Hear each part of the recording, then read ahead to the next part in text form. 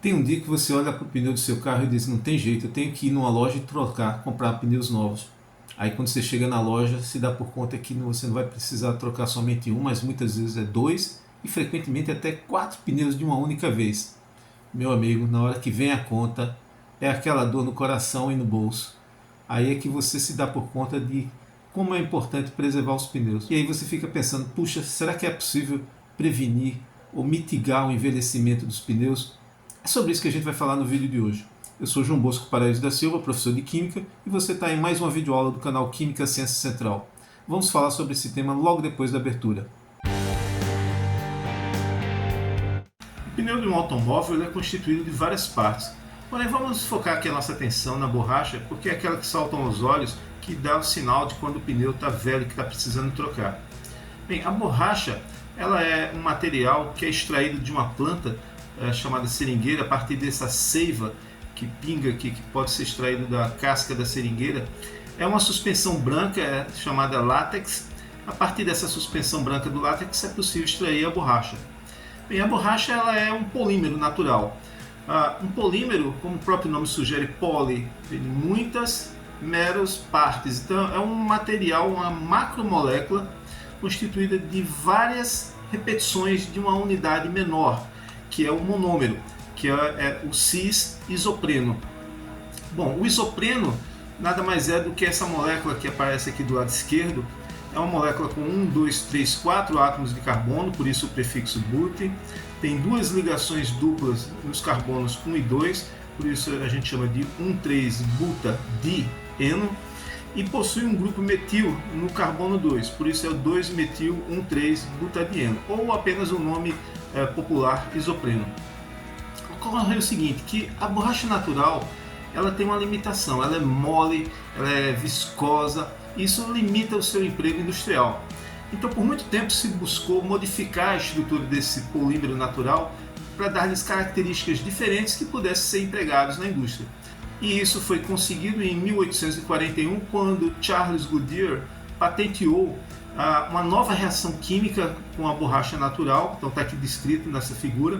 Você tem aqui duas unidades do cis-poli-isopreno, em que quando ele é aquecido, esse triângulo aqui representa o símbolo de aquecimento, na presença de enxofre, isso aqui produz a chamada borracha vulcanizada, que nada mais é do que a antiga borracha, agora com ligações de disulfeto entre essas cadeias, o que confere uma estrutura tridimensional mais rígida e, portanto, com outras propriedades mecânicas que pode ser utilizado para produzir diferentes partes de um automóvel, em particular a borracha do pneu.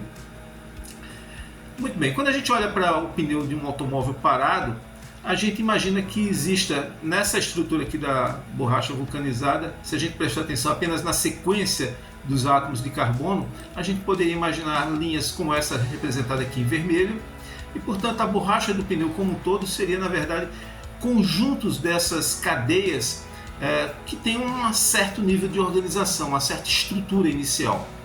Acontece que quando o carro está em movimento, o pneu está rodando, existem duas maneiras de aquecer esse pneu. A primeira vem da própria transferência de calor da pista para o pneu, e a segunda ocorre quando você freia o automóvel. No momento da frenagem, há um atrito e esse pneu também se aquece. O que é que acontece nesses momentos? Essa estrutura inicial, quando recebe calor, quando ele é aquecido, ele vai para uma nova forma mais desordenada. Você vê que a estrutura representada aqui do lado direito dessa figura representa uma estrutura que é mais desordenada que aquela inicial do lado esquerdo. Portanto, a gente diz que houve um aumento da entropia nesse processo devido ao aquecimento do pneu. Porém, o aquecimento não é a única experiência que esse pneu experimenta. Quando ele está em movimento, também existe a circulação de ar no sentido contrário, que vai parcialmente resfriá-lo, e também no momento em que você para à noite, esse pneu se resfria até a temperatura ambiente. Portanto, durante o ciclo de vida de um pneu, você tem não só o aquecimento, mas também o esfriamento.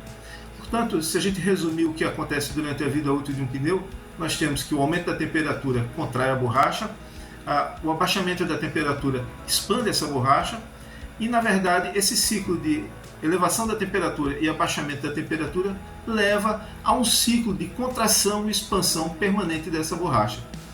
Acontece que esse pneu ele não está livre, ele está dentro de um automóvel em movimento, então existem forças, tensões que estão sendo aplicadas durante esse processo de expansão e compressão da borracha, e tudo isso leva ao surgimento de microdeformações, que, adicionado fenômenos como a radiação, que permanentemente durante o dia está nas estradas, nas ruas, em contato com o pneu, em contato com a borracha, e também reações de oxidação do oxigênio do ar com o pneu, isso leva a que essas micro deformações se ampliem e surjam, quer dizer, que haja a nucleação e o crescimento de trincas.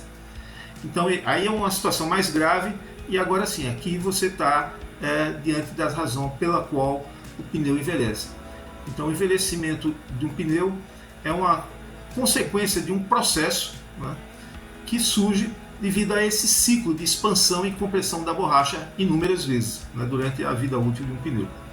Então, se a gente tivesse que tomar aqui algumas atitudes para tentar minimizar, para mitigar esses efeitos de envelhecimento do pneu, a gente poderia aqui sugerir, por exemplo, dirigir com cuidado.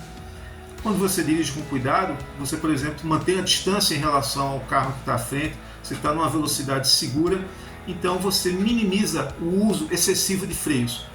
Você minimiza essa transferência de calor que leva a borracha à nova conformação. Também você pode colocar dois outros fatores importantes, que é manter o pneu calibrado e evitar o excesso de peso. Então a gente vê, por exemplo, na figura que quando um veículo está com excesso de peso e o pneu mal calibrado, a área do pneu que vai estar em contato com a pista e, portanto, recebendo calor é muito maior.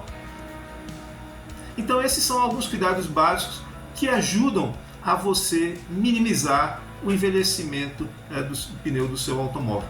Coloca aqui nos comentários se você tinha noção desses fenômenos que ocorrem com a borracha do pneu. Bom, espero que vocês tenham gostado desse vídeo e a gente se encontra numa próxima videoaula. Um forte abraço a todos e bons estudos!